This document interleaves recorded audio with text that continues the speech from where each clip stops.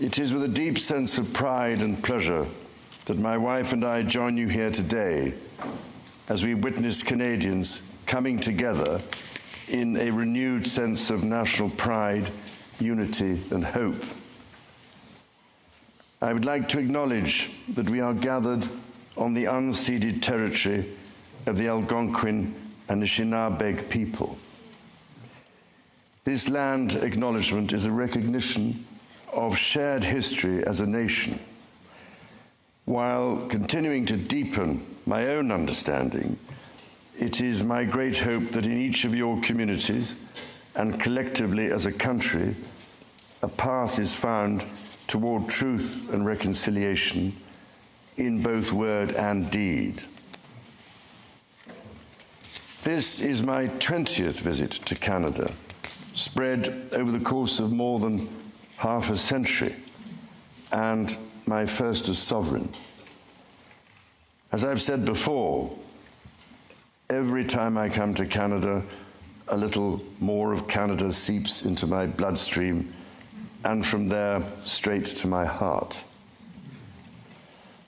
I've always had the greatest admiration for Canada's unique identity, which is recognized across the world for bravery and sacrifice in defense of national values and for the diversity and kindness of Canadians. To the First Nations, Inuit and Métis peoples, you have welcomed my family and myself to your traditional lands with great warmth and hospitality, for which I am humbly grateful. This year, we mark the 80th anniversary of VE Day and VJ Day. On Juno Beach, at Dieppe, on the Somme, at Beaumont-Hamel, at Ypres, and on Vimy Ridge. At those places and many others, forever etched into our memories, Canadians fought and died alongside our closest allies. Today, I see representatives from every part of Canada, from St. John's, Newfoundland and Labrador, to Victoria, British Columbia, and Arviat in Nunavut. I see the guardians of the fundamental rights and freedoms guaranteed in the Canadian Charter. And as King, I thank you for your service to your fellow Canadians across the length and breadth of this vast and great nation. You speak for your communities, representing an incredible richness of cultures, languages, and perspectives. We owe it to this generation and those who succeed us to think and act for the greater good of all. While the world faces unprecedented challenges, generating uncertainties across the continents with regards to peace and stability, economics and climate change, your communities have the skills and determination to bring a wealth of solutions. En encourageant la collaboration. By fostering collaboration and engaging in respectful, constructive debates, you will ensure this government is capable of bold and fair action to support Canadians. It has been nearly 70 years since the Sovereign first opened Parliament. In the time since, Canada has dramatically changed, repatriating its constitution, achieving full independence, and witnessing immense growth. Canada has embraced its British, French, and Indigenous roots and become a bold, ambitious, innovative country that is bilingual, truly multicultural, and committed to reconciliation. The Crown has for so long been a symbol of unity for Canada. It also represents stability and continuity from the past to the present. As it should, it stands proudly as a symbol of Canada today in all her richness and dynamism. When my dear late mother, Queen Elizabeth II, opened a new Canadian Parliament in 1957, the Second World War remained a fresh, painful memory. The Cold War was intensifying. Freedom and democracy were under threat. Canada was emerging as a growing economic power and a force for peace in the world. In the decades since, history has been punctuated by epoch-making events: the Vietnam War, the fall of the Berlin Wall, and the start of the War on Terror. Today, Canada faces another critical moment. Democracy, pluralism, the rule of law, self-determination, and freedom are values which Canadians hold dear, and ones which the government is determined to protect. The system of open global trade that, while not perfect, has helped to deliver prosperity for Canadians for decades, is changing. Canada's relationships with partners are also changing.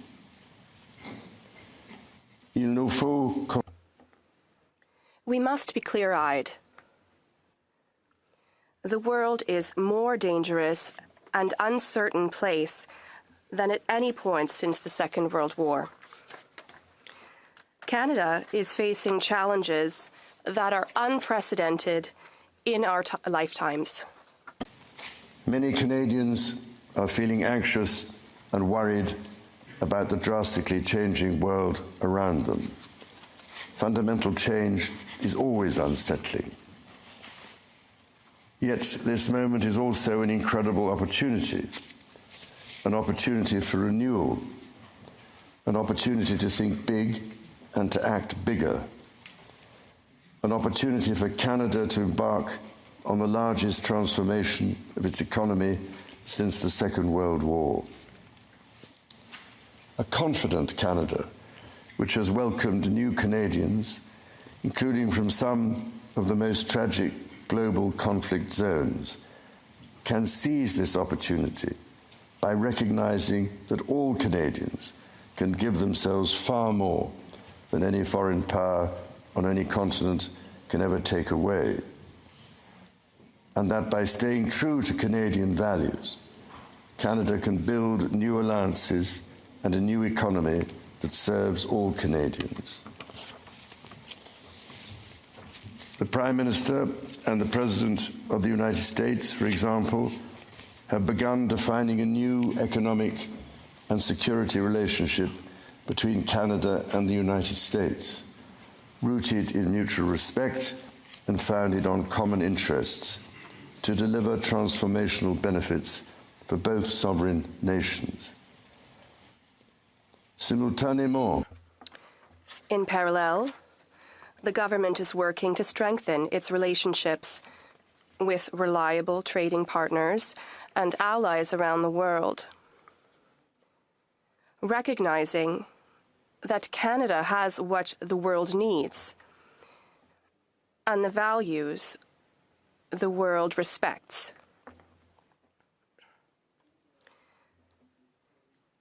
Canada is ready to build a coalition of like-minded countries that share its values, that believe in international cooperation and the free and open exchange of goods, services, and ideas. In this new, fast-evolving world, Canada is ready to lead. This will be demonstrated in June, when Canada convenes the G7 summit. The government is guided by its conviction that the economy is only truly strong when it serves everyone. Many Canadians are struggling to get ahead. The government is responding, reducing middle-class taxes and saving two-income families up to $840 a year. It will cut the GST on homes at or under $1 million for first-time home buyers, delivering savings of up to $50,000. And it will lower the GST on homes between $1 million and $1.5 million. Le gouvernement. The government will protect the programs that are already saving families thousands of dollars every year. These include childcare and pharmacare. In addition to these, the government has recently expanded the Canadian Dental Care Plan to cover about 8 million Canadians, saving the average person more than $800 annually. The government's overarching goal, its core mission, is to build the strongest economy in the G7. That starts with creating one Canadian economy out of 13. Internal barriers to trade and labour mobility cost Canada as much as $200 billion each year.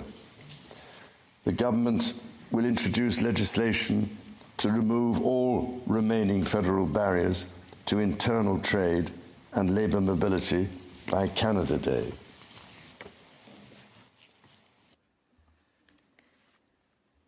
Numerous premiers have already taken vital steps to break down provincial and territorial barriers to trade.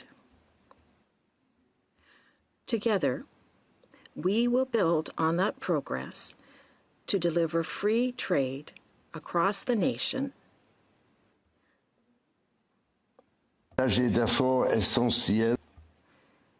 This is critical to unlocking Canada's full economic potential, but it's not enough. To build Canada strong, the government is working closely with provinces, territories, and Indigenous peoples to identify and catalyse projects of national significance. Projects that will connect Canada, that will deepen Canada's ties with the world, and that will create high-paying jobs for generations. Given the pace of change and the scale of opportunities, speed is of the essence. Through the creation of a new major federal project office, the time needed to approve a project will be reduced from 5 years to 2, all while upholding Canada's world-leading environmental standards and its constitutional obligations to Indigenous peoples. The government will also strike cooperation agreements with every interested province and territory within 6 months to realise its goal of one project, one review. When Canadians come together, Canada builds things that last. Éliminer ces obstacles qui freinent. By removing these barriers that have held back our economy, we will unleash a new era of growth that will ensure we don't just survive ongoing trade wars, but emerge from them stronger than ever.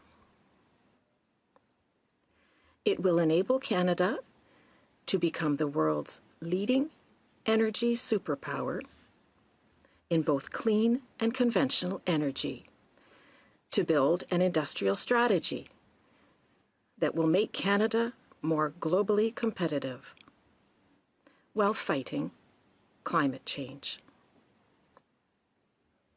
To build hundreds of thousands of good careers in the skilled trades.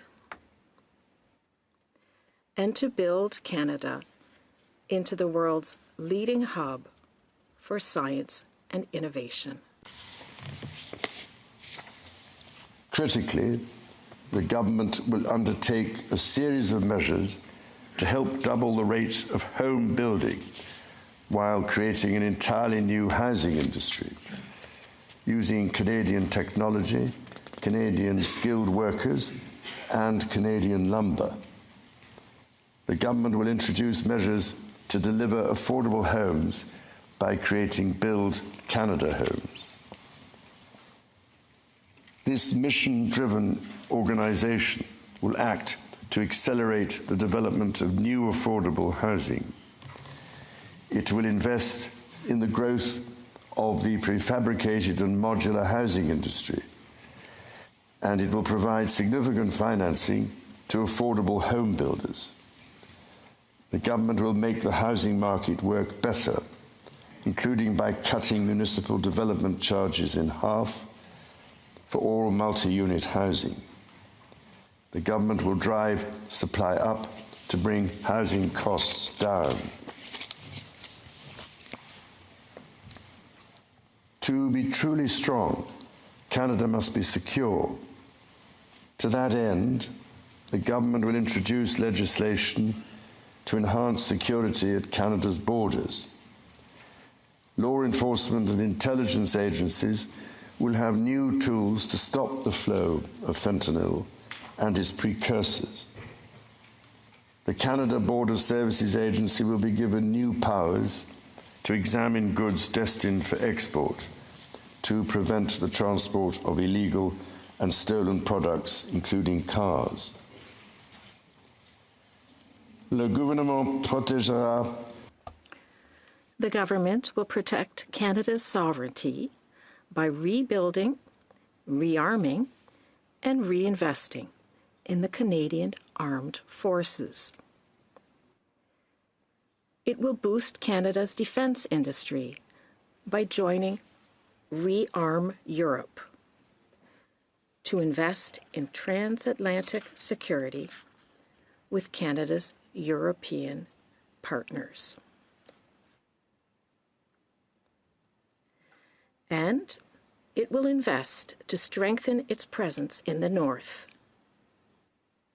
as this region, which is an integral part of Canada, faces new threats.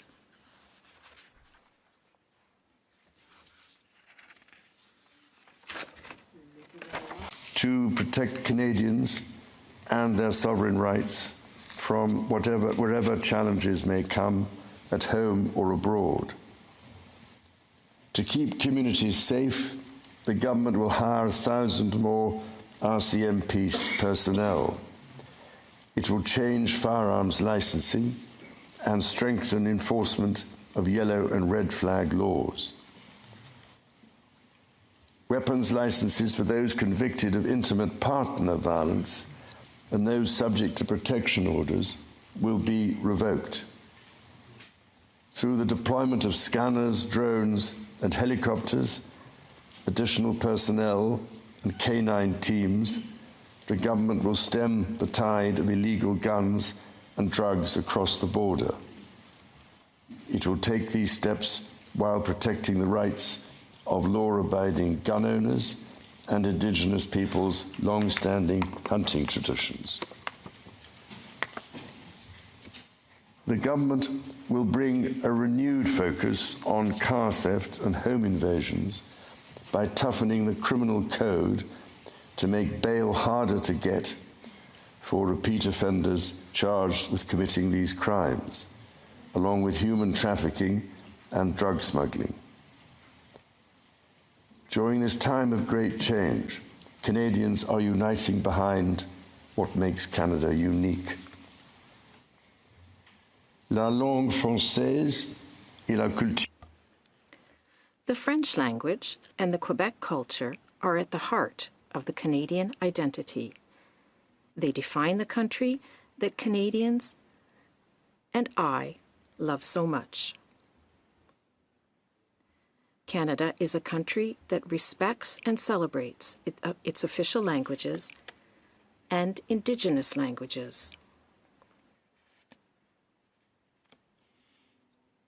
The government is determined to protect the institutions that bring these cultures and this identity to the world, such as CBC, Radio-Canada. It will protect the people who give us access to fresh, healthy, and quality food, agricultural producers. And it will protect supply management. Nature is core to Canada's identity. In 2022, Canada convened COP15 in Montreal, which concluded with 196 countries striking a historic agreement to protect 30% of their lands and 30% of waters by 2030.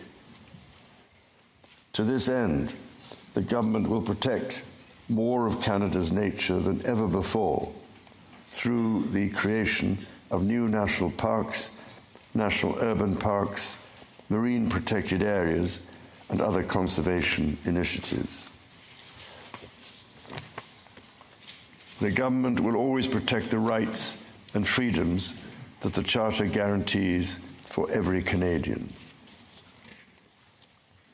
The government will be a reliable partner to Indigenous peoples, upholding its fundamental commitment to advancing reconciliation. Central to this commitment is the creation of long-term wealth and prosperity with Indigenous peoples. For that reason, the government will double the Indigenous Loan Guarantee Program from $5 billion to $10 billion, enabling more Indigenous communities to become owners of major projects. As Canada moves forward with nation-building projects, the government will always be firmly guided by the principle of free, prior, and informed consent. Canada's immigration system has long been a source of pride for Canadians and of dynamism for the economy. The government is dedicated to rebuilding the trust of Canadians in immigration by restoring balance to the system. Le gouvernement instaurera. The government will cap the total number of temporary foreign workers and international students to less than 5% of Canada's population by 2027. By doing this, the government will attract the best talent in the world to build our economy, while sending a clear message to Canadians working abroad that there is no better time to come home.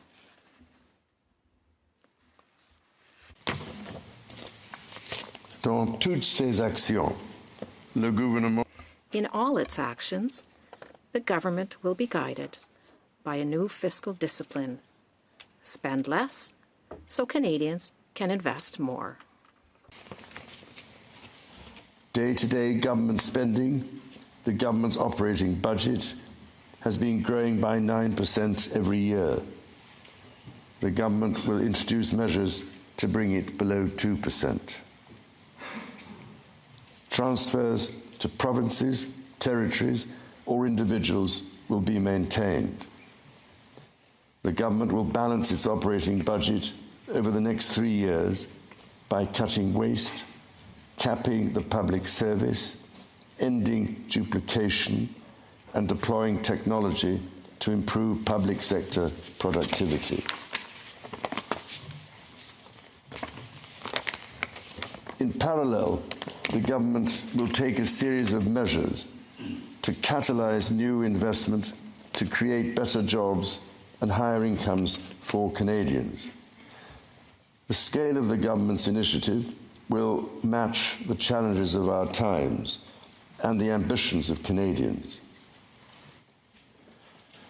Honourable Senators, members of the House of Commons, when my dear late mother addressed your predecessors 7 decades ago, she said that in that age and against the backdrop of international affairs, no nation could live unto itself. It is a source of great pride that in the following decades, Canada has continued to set an example to the world in her conduct and values as a force for good. À vous. I wish to express to you and to the people of Canada my heartfelt gratitude, and that of my wife, for the warmth of the welcome which we have received. And reminds us the true North is indeed strong and free.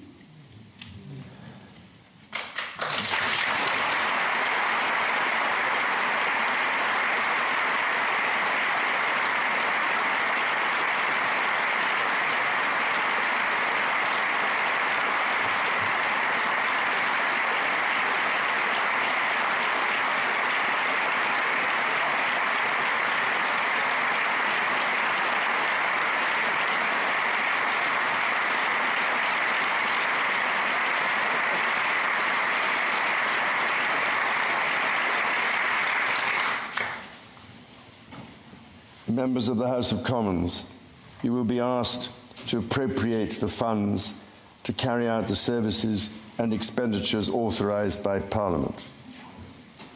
May you honour the profound trust bestowed upon you by Canadians. And may God bless and guide you in all your duties.